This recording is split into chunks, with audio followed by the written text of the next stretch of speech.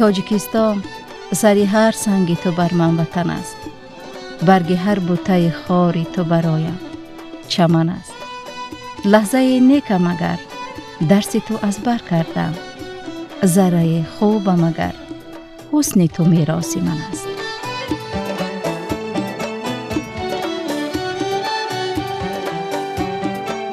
تاجیکستان را این روزها میان هزاران کشورهای دیگر همچون سرزمین سرسبز و خرم میشناسند. زیرا با دو هوای فورم، کوههای سر به فلک کشیده، چشمه و دریاهای شیرین با آب زلالش دقت جهانیان را به خود جلب نموده است. طبیعت زیبای کشور عزیز ما از دهات دوردستترین تا پایتخت کشور منظره های جالب و دلپذیر دارند. چون دلباخته و شیدای این دیار هستیم، این نوبت سیاحت ما به ناحیه شمس‌الدین شاهین جماعت دهات لنگردره صورت گرفت. مسیر نوبتی هیئت ایجادی تلویزیون علم و طبیعت در این سفر برای تماشای کوه افسانوی فروش و مکان باستانی امام جعفر صادق بود.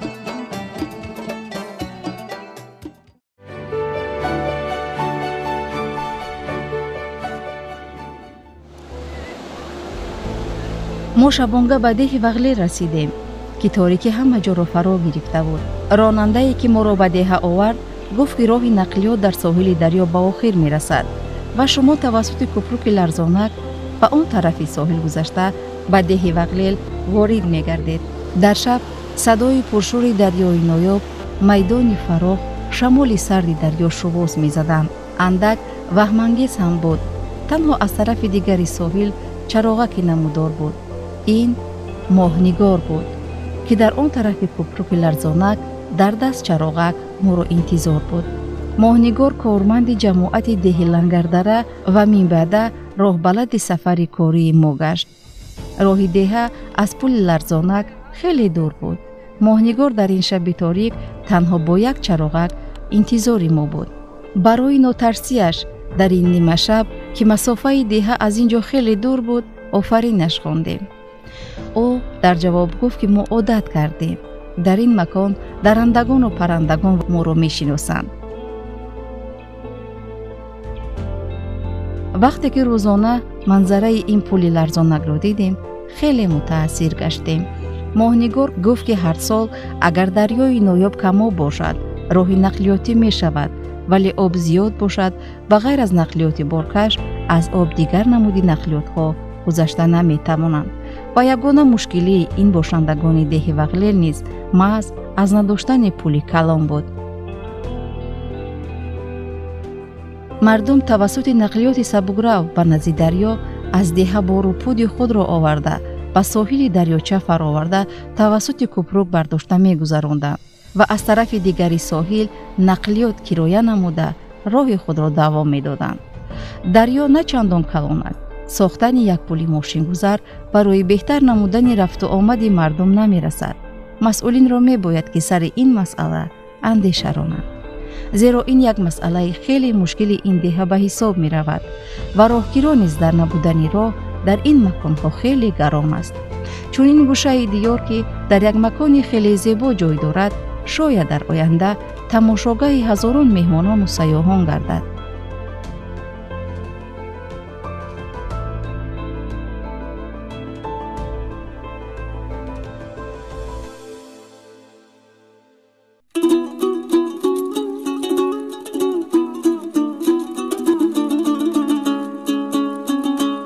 این ده وغلیل است که در جماعت دهات لنگردره ناحیه شمس‌الدین شاهین قرار دارد.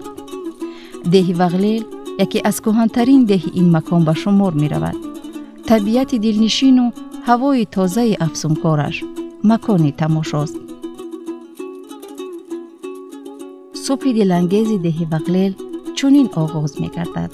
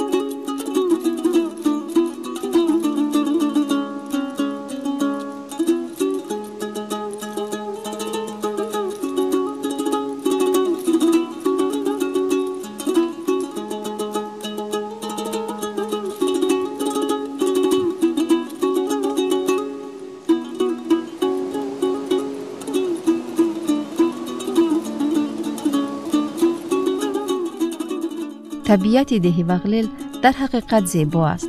деҳа чандон калон нест, аммо табиати беназир дорад.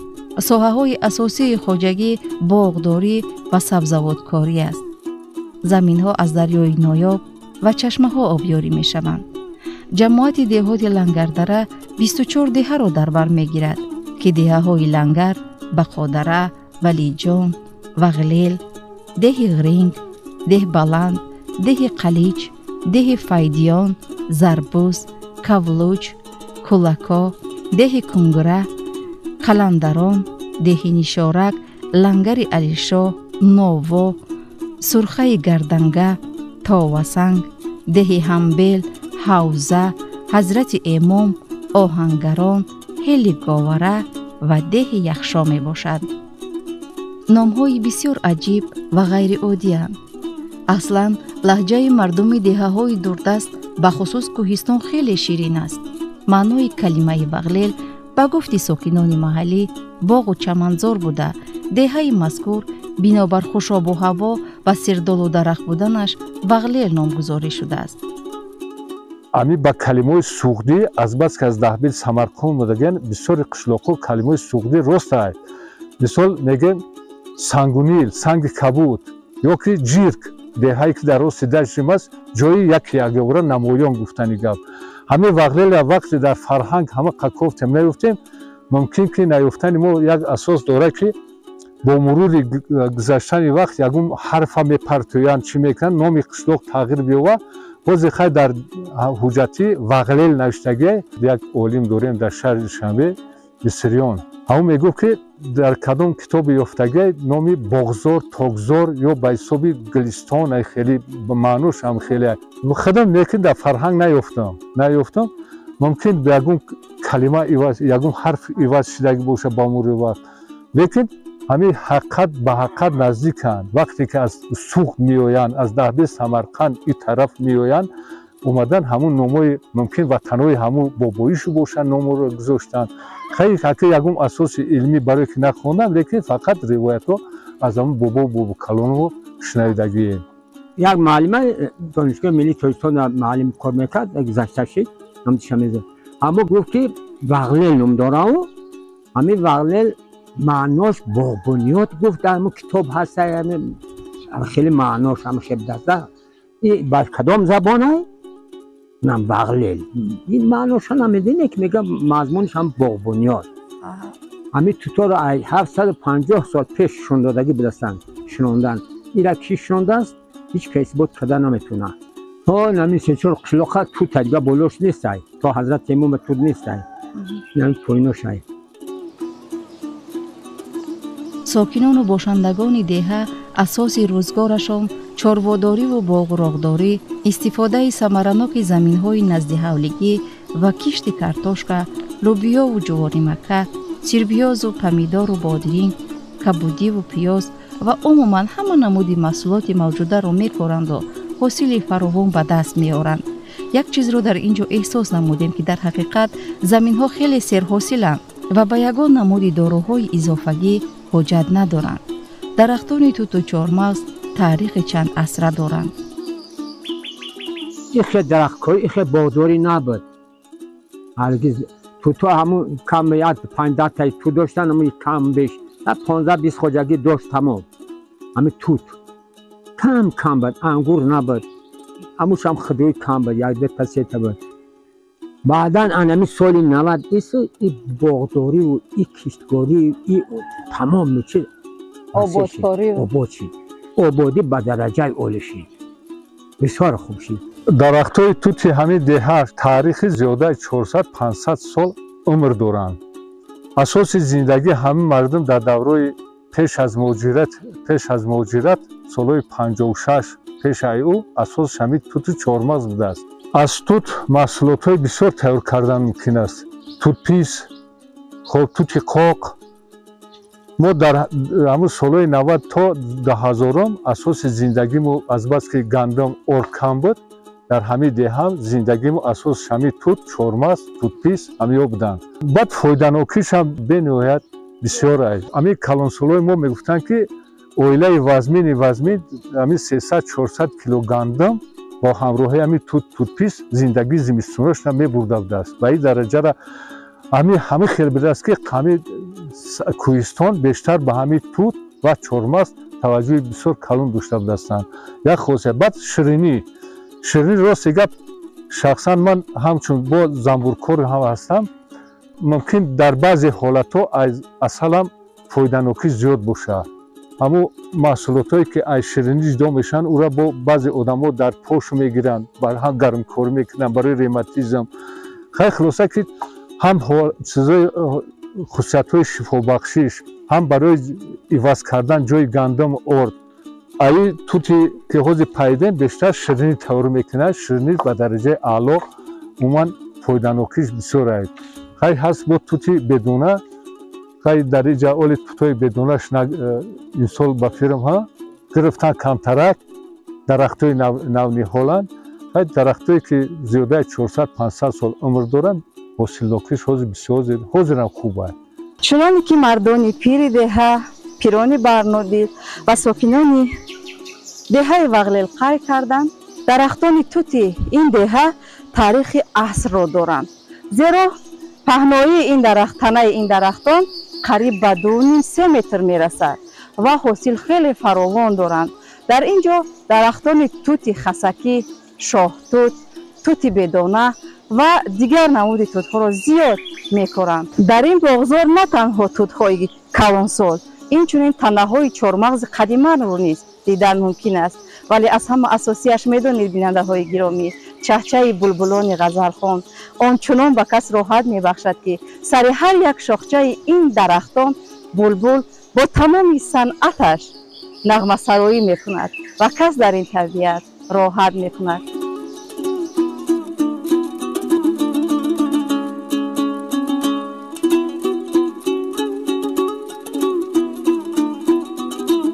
پدر بابای ما در روایت‌هایی که از روی نقل هموار ممکن 400 سال 500 سال پیش از دهبید سمرقند میکوچند به یاخسی خوالین، از یاخسی خوالین بعد میان همین وطن آباد میکنند.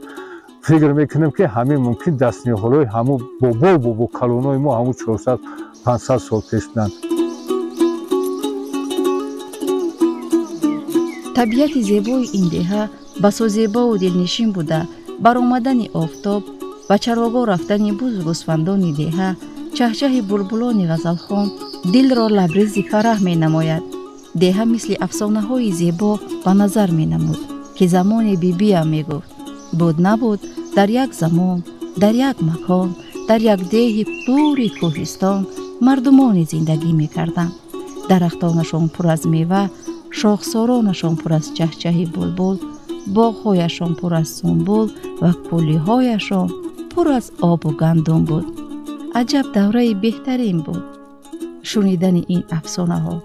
آن زمان این افسانه ها چنان شیرین می نمود که می خواستم به تماشای آن روم. افسانه های بیبی جانم را به این ده مقایسه نمودم و از دل گذراندم شاید همین ده وغلیل باشد. بعضا خانه ها خیلی افسانوی بودند. هیزم، کولی‌های آرد و روزگاری زیبا داشتند. در این دهه باشد طرز نگهداری درست آرد را علاقه از دوره‌های خیلی قدیم خوب می‌دانند. این صندوق را کولی آرد می‌گویند که از چوب ساخته شده است. هر سحر بانوان مست از همین کولی آرد گرفته برای خانواده نان می‌پزند.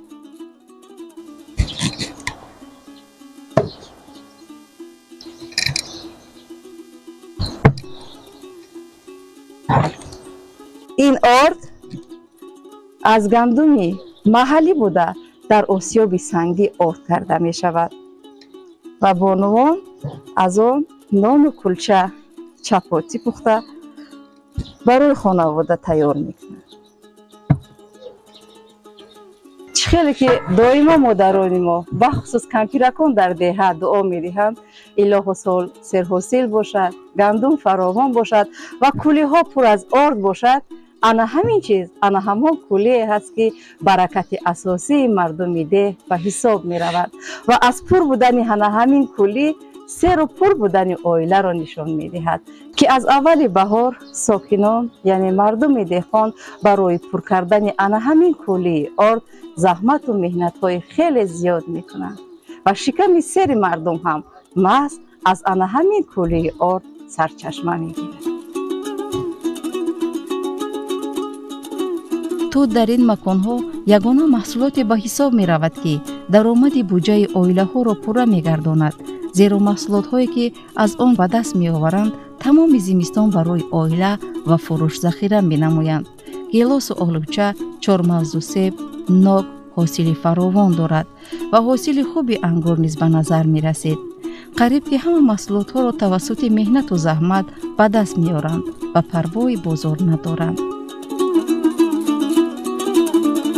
ذخیره ما هم میوگی سیب و توت غله ما کم میخریم از مغازین آرد.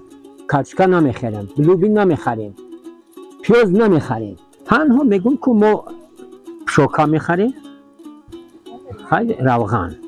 طبیعت اینجا برای چرواداری تنگی میکنه. ما اگر چروا رو بسیار کنیم خوراک را تامین کرده نمیتونیم. برای ما هم خواهیم که تامین کرده بتونیم. در 12 تا گو میکنیم، در 20 تا ما خیلی 50 تا مول میکنه، مول میده. علف دروی و جمع‌آوری خوراک چروا، داشتن مال و حال در این گوشه دیار کاری روزمره باشندگانش به حساب می رود. در داشتن محصولات شیرین نیز خیلی فراوانی در همین پاره کوهستان به نظر می رسد. زیرا شیر و دوغ، مسکه و چکه، قروت این منطقه ها مزه و لذت دیگر دارد. چاروا و بز و گوسفندان این مکان فقط گل و گیاه و علف تازه کوهستان را استعمال نموده آب شیرین چشمه ها را می نوشند و در دل طبیعت چریده می گردند. زمستان ماه اکتبر سر می شود، ماه مرد بود می شود. او سال اول تا اپریل می کشید، برف دهد پر می زد، 1 کیلومتر می زد. همه می پرین همجا برابر همی خانه می شد برف. بازی خیلی نیست. در 6 ساله که 50 سانتی متر می زنه. اموشانی با گومشا با تکرارم می زنه. کلوش هم نمی پشونه.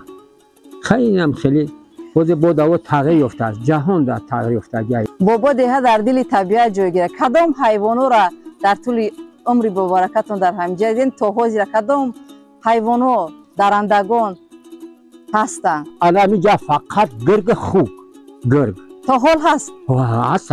هر یک چیرما بهار البته به نظر نیست، نظر میکنه یا میچشه. وقتی در قشلاق زندگی کردی، گو میکنی، مول میکنی، زنبور میکنی، زندگی تا پیش میبری. دیگر محتاج یگون مملکت هم نمیشه.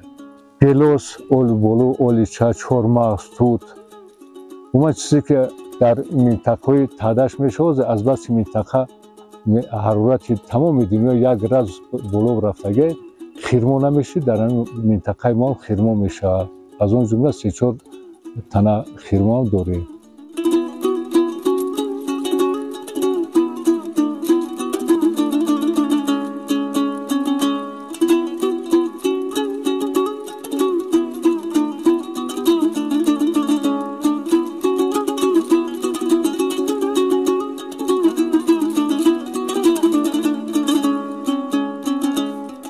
توتچپی و توتپایی در همه خانه ها دیده می شد. یک محصولاتی که هم خاصیت شفابخشیش به نهایت بسیاره.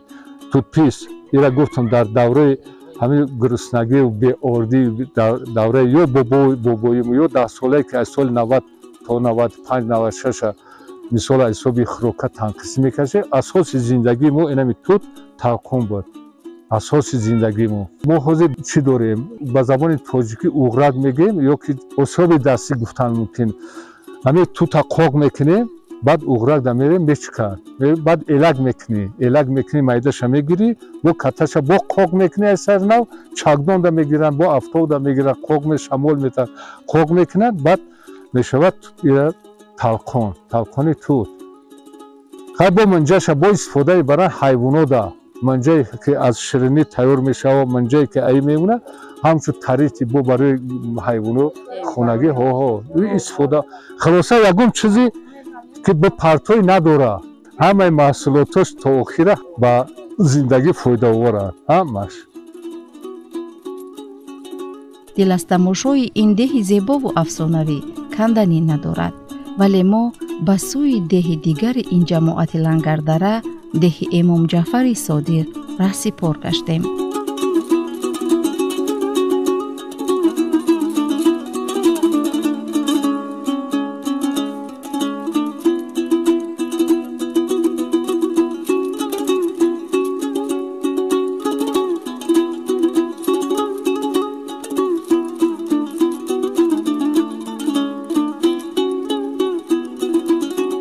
дар роҳ кӯҳи фурӯшро дидем. кӯҳи фурӯш дар макони хеле зебои табиат ҷойгир буд. гулу гиёҳ, бутаву растаниҳое ки дар домани ин кӯҳ мерӯяд, қариб ки аз дигар минтақаҳои кишвар фарқкунандаанд. кӯҳи фурӯш дар ҷамоати деҳоти Лангардара қарор дорад. ин манбаи оби асосии ана ҳамин минтақа ба ҳисоб меравад, зеро тамоми пирях ва барфҳое ки дар боло ҳастанд, вақте ки об мешаванд, бо шохобҳо тавассути чашмаҳо ана ба ҳамин дарьё омада мерезанд, ки дарьёи ноёб ном дорад. сокинони маҳаллӣ шакли кӯҳро ба марди ба пуштхобида монанд мекунанд ва мо хостем шакли асосии онро тавассути наворбардораки ҳавоӣ сабт кунем, вале абрҳо ба мо ин имконро надоданд. хостем аз макони мусоид ин манзараро ба навор гирем. зуд абрҳо болои кӯҳро мепӯшониданд, ки мо ба дидани ин манзара дар шигифт мондем. кӯҳ ончунон баланд ва диққатҷалбкунанда аст, ки аз дил хоҳ деҳаҳои гирду атрофи Лангардара намоён аст. نه کوی فروش میگن همینجا همون پریخ دو تابستان میرم و یک شسته بازی کم کم آب شیسته است یا موندگی هم پیش این دریا آب نایاب در خریطه هست نایاب. برای چی نایابش میگن؟ نایاب که مرکز نداره، همین چشمه یک جو برمده نداره، از هر یک قشلاق نمخری آب می جمع می شود. همون مرگی هم خیلی طرف های درواز هم آب میای کم بیش، بعد دیگه هم قشلاق ها دو طرفه.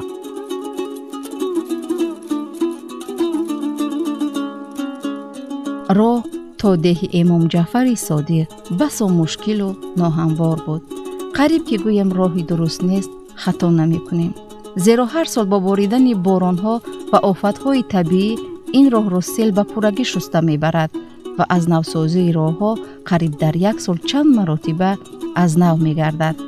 мардуми ин минтақа маҳз барои рушди соҳаи чорводорӣ дар ин ҷо сукунат доранд. деҳи Эмом Ҷаъфари Содиқ манзараҳои дилкушо дорад ва мардуме ки дар ин макон умр ба сар мебаранд, бисёриҳо танҳо мавсими баҳорон омода тира моҳ ба таҳдаш бар мегарданд, зеро зимистони ин ҷо хеле вазнину хунук меояд. аз боридани барфи зиёд гузаронидани рӯзгор дар ин минтақа амрист маҳол. ба ин хотир сокинони мавзеи дурдаст барои гузаронидани рӯзгори худ захира анвои гуногуни маҳсулотҳои кишоварзиро аз нахустин рӯзҳои ҷамъоварии ҳосил захира менамоянд. аз рӯи гуфтаи сокинони деҳи Эмом, баландии барф дар рӯзҳои вазнинтарини фасли зимистон аз 1.5 то 2 метр баланд меборад. аз ҳамин хотир занҳои пиронсолу мардони кӯҳансолро зимистон ба таҳдашт мефиристанд, зеро мабодо бемор шаванд, аз ин деҳи дур онҳоро ба беморхонаҳои марказӣ бурдан хеле душвор мегардад. ҳамин қишлоқ ба номи ҳазрати Имом Ҷаъфари Содиқ гузошта шудагиай. дар инҷо тахминан 32 табдона зиндагӣ мекунад, 32 хоҷагӣ зиндагӣ мекунад. зимистон аями 32 хоҷагӣ ҳамагӣ 12 хоҷагӣ диге зимистон меистад, дигаош зимистон механбанд мераванд. барфи инҷа айди то 2 метра мезананд, ҳаминҷода барф мезананд. ҳай зимистонш қимтаракай мардум хӯрдани 6 моҳаша захира мекунад. об, равған, пиёз, чизе ки дар зиндагӣ истифода карда мешавад, ин 6 моҳаша захира мекунад. агар چشمهاش ذخیره کرده نتونی از زندگی کنه نمیتونی. زمستونش وزمی نه میبوره 2 متر 2.5 متر جوش میشه میبوره. سلوی 90 ما هم جا ایستودیم. این همیده تیرمایی که میخوام بمیرم دیگه همه وقت همینجا ایستودم. خطیم خفرزن زندگی کن. ذخیره میکنین؟ بابا این هموی اکتیابر نویابر ده. چی ذخیره میکنین؟ تونی ارد میگیریم. 50-60 لیتر روغن میگیریم. 3-4 خوبچه شکر 2 خوبچه قند. همین مهنت ما هم جمع میکنیم ذخیره خروکم نمو بود میکنیم. یکون تری کمجی را که بکردیم تری اندوش میکنیم. پرابلم نیست نمیتونیم شرایط که نیست همتری میکنیم. اوخی همین همه در برف بیسو میریزن چکوشو میکنیم؟ همه میریزن بر وزمی همه خیلی برفاندوزه میشه تنکو بلنده برفاندوز به همه شده در جای باشه هم تن سیاد باشه روز میز گره هم دنیوی تینجب تا تنی سیاد تا پرود که همش میز گره همین میشه از زمستونه که برف کمتر ماشین رو حرکت میکنن تو قشلاق کنگره را میگیم تا اونجا را پای میکنیم میریم ایجاسو با تکنیکا میروه لیکن بسیاری وقت نمیشه پای کرده برف وزنی های هم 6 ماه های زندگی میکنیم دیگه شغل اساسی ساکنان اینجا کارتوشکا پروری نخود کوری لوبی کوری تو کپوست کارتوشکا همون پیاز همون چیزایی چیه اونقدر گرمی دوستی پر نباشن میشه همش از درختان اینجا خیلی بر هم اگه درخت اول بید سیب اولبولو اولیچه همه نموده چیز میشه فقط مهنت میکنی که همین پویا بزنی با بندی که برفتا نشکنه تمام میگه деҳи эмом ҷаъфари содиқ ҳамчун кӯҳантарин ва шинохтатарин деҳ дар ҷамоати деҳоти лангардараи ноҳияи шамсиддини шоҳин ба шумор меравад зеро ин ҷо марди бузурге сарои охирати худро интихоб карда турбати ӯ зиёратгоҳи кӯли меҳмонон ва сайёҳон аст табиати хеле зебо ва чашмаҳои сарди табобатӣ дорад ки бо нӯшиданашон дили инсон об мехӯрад мақбара дар болои теппаи бунёд гардида зери он дарёи ноёб фаворатзанон деҳи мазор ва дигар деҳаҳои ноҳияро бо оби нӯшиданию полизӣ таъмин менамояд чаҳчаҳи мурғакони хушилҳом болои дарахтони ҳамешасабз ба гӯши шунаванда мерасанд ки дар як межа задан бинанда хастагиро фаромӯш месозад ин чашма чашмаи мусаффо бо оби ширину тоза чашмаи эмом ҷаъфари содиқ аст ки дар ана ҳамин поёни мақбара ҷойгир шудааст ва нафароне ки барои зиёрат ва ба дирои дидани ин манзилу маконҳо меоянд маз аз оби ана ҳамин чашма менӯшанд ташнагии худро мешикананд ва дар зери ана ҳамин дарахтони ҳазорсола истироҳат мекунанд ва роҳи худро давом медиҳанд чашмаи эмом ҷаъфари содиқ он қадар оби сард дорад ки барои ба як нафас нӯшидани он инсон ҷуръат намекунад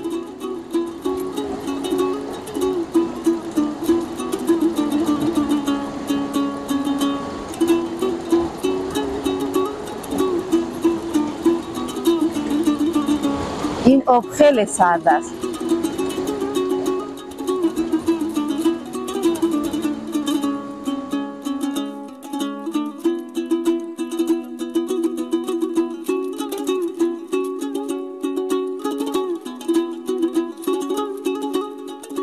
занҳои деҳи мазор дар ҳунару ҳунармандӣ хеле беҳамто мебошанд вақте шуниданд ки мо меҳмони онҳо мешавем сарҷамъона барои мо оши бурида тайёр намуданд ки хеле бомазза буд мо гурусна будем ё ин ки ош дар дили табиат маззаву лаззати дигар дошт дар ҳақиқат занҳои тоҷик занони ҳунарманданд муҳаббати самимии онҳоро мо дар чеҳраҳои кушодаву меҳмоннавозиашон эҳсос кардем ин аст рисолати зан ва модарони тоҷик ки қадр ва манзалати меҳмонро хеле боло медоранд ва то гусел кардани мо хеле заҳмат кашиданд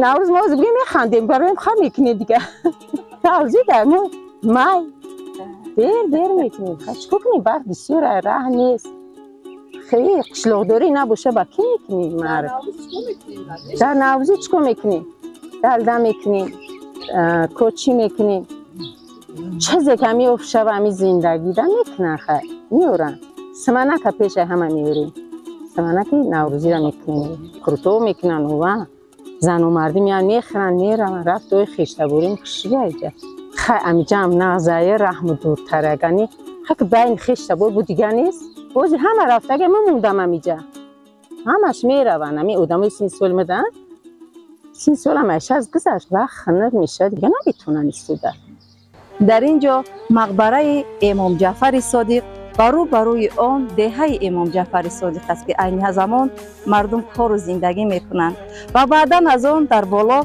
ده پلیگاوره و تاوسنگ موجود است. دیگر طبیعت زیبا باقی میماند. اگر طول این برنامه توانستیم که با طبیعت زیبا، منظره های نادر و آن چیزی را که توانستیم به نوار گرفتیم و برای شما معلومات دادیم، اگر فراغت بخشیدیم خیلی شادیم. باقی با شما خیر و خوش کردنی نیستیم، زیرا سفرهای ما در تلویزیون علم و طبیعت و هیئت ایجادی آن ادامه دارد.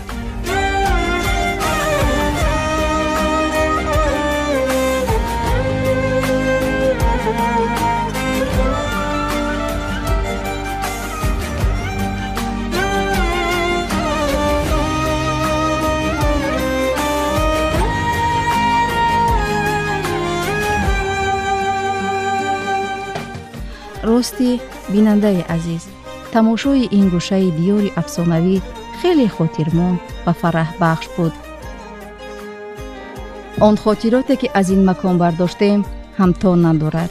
ده خوشباد و هوا، خانه های خرد و دل های وسیع باشندگانش، مردم مهمان نواز و مهنت قرینش، همه در دفتر خاطرات نقش مؤثر گذاشت.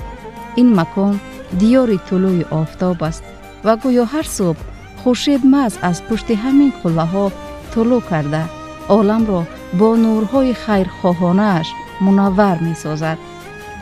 خدایا خداوندا از مایده تا کته هیچ وقت خوری نبینه، دویم سربلند باشه، سلامتیش بهترین باشه، در بین دیگر مملکت ها ما نمونه او باشیم. آمین. الله اکبر.